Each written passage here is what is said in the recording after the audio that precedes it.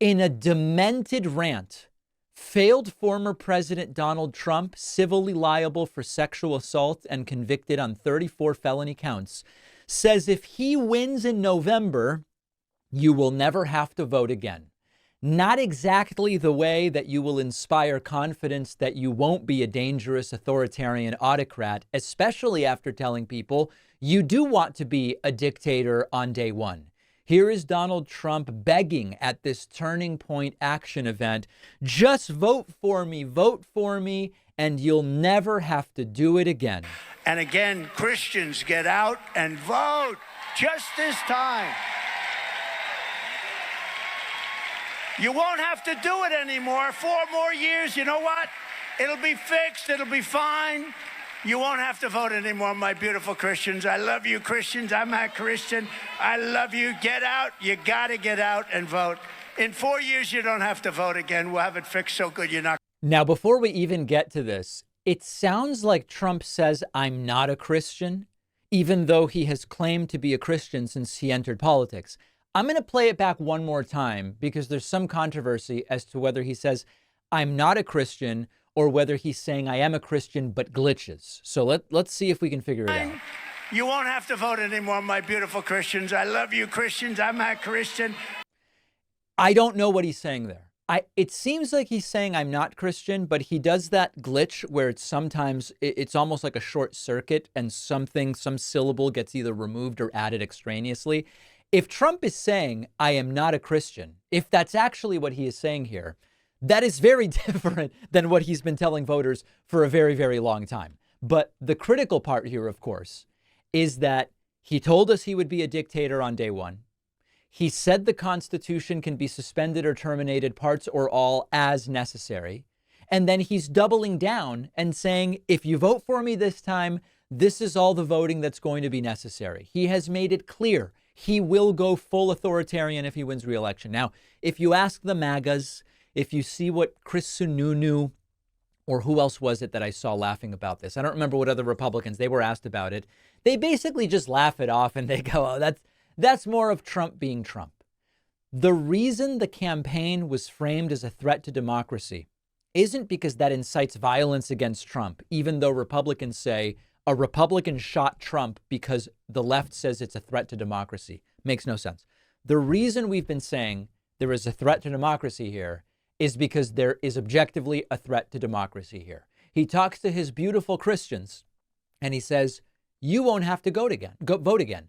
That's also probably alluding to Christian nationalism. If you beautiful Christians put me in, we will make this officially a theocratic style Christian nation more than it already is, right? Because remember, there's one religion that gets federal holidays, and it's Christianity. Trump has also sort of waxed poetic about how great it is that President Xi in China is president for life. And remember when Trump said, maybe we'll try it in the United States someday. And I don't even know that I need to say this, but Trump's mostly getting a pass from corporate media on this. Yes, there were some stories. This should be the lead story in every American newspaper and television show, but it isn't. It's just a little question here, a little question there. As I just lost a light filter, and if one were to believe in divine intervention, I am now in the light, thanks to a filter that just fell off of my light. Let's fix that. All right, then no shortage of misfires and cognitive glitches for Donald Trump. Trump appearing to have some kind of issue saying Kamala Harris. As a Senator Harris, think of this one. There's Hara. Sounds like Bernie, actually. Twitter is a Hara. Trump also saying that Kamala Harris doesn't like Jewish people. 2 days ago, she refused to attend the speech in Congress of the Prime Minister of Israel. She said, I can't make it. There was just a small group of people, but they couldn't make it because that's her original thought. That's where she comes from. She doesn't like Jewish people. Right. Other than her husband, of course, who is Jewish, she can't be near any Jewish people. Also, her stepkids who are Jewish, she doesn't. And by the way, as far as not attending Benjamin Netanyahu's speech, J.D. Vance didn't attend Benjamin Netanyahu's speech. If that's the barometer for liking or not liking Jewish people, then it sounds like the Trump-Vance campaign has also failed. Trump wrongly claiming everybody wanted Roe v. Wade overturned. This is something he tends to do in front of religious audiences, which that was the case here. We've also achieved what the pro-life movement fought to get. For 50 years, they've wanted to get this. For 50 years, they've been working so hard, getting abortion out of the federal government. They wanted it out. That means everybody, Democrats, liberals, Republicans, conservatives, they wanted it out, and they wanted to bring it back to the states for 51 years, to be exact. Now, of course, this is a complete and total lie, and you don't even need to think back or look at opinion polls. Look at every abortion-related referendum since the overturning of Roe v. Wade, and it'll give you a very obvious picture of whether the country wants Roe v. Wade or not. And of course, Roe v. Wade, and more generally, abortion being legal in most cases, was as popular as ever at the time that Trump's 3 Supreme Court justices decided, in combination with the other right-wing Supreme Court justices, to overturn Roe v. Wade. And then finally, Donald Trump did address his ear, and he says he's finally now been able to take the bandage off. As I think you can see, I've recovered well, and in fact, just took off the last bandage off of my ear. I just got it off. I took it off for this group. I don't know why I did that for this group, but that's it. I think that's it. I hope that's. There you go. So Trump, he doesn't even understand why this was the time to take off the bandage. And of course, we will discuss this on the bonus show. The FBI has now clarified we now do believe Trump was hit by a bullet. What they now don't know is if he was hit by a bullet as a direct projectile from the AR-15 of the shooter, or whether he was hit with a bullet fragment of some kind that may have been tumbling, more of like a shrapnel piece of bullet.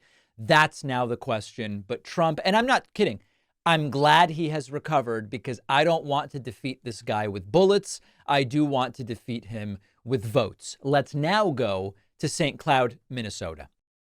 Stop letting governments and corporations control what you can access online. Use private internet access, a VPN, which changes your IP address so you can make it look like your computer is anywhere in the world. And this gives you access to all sorts of content you wouldn't normally be able to get in your home country.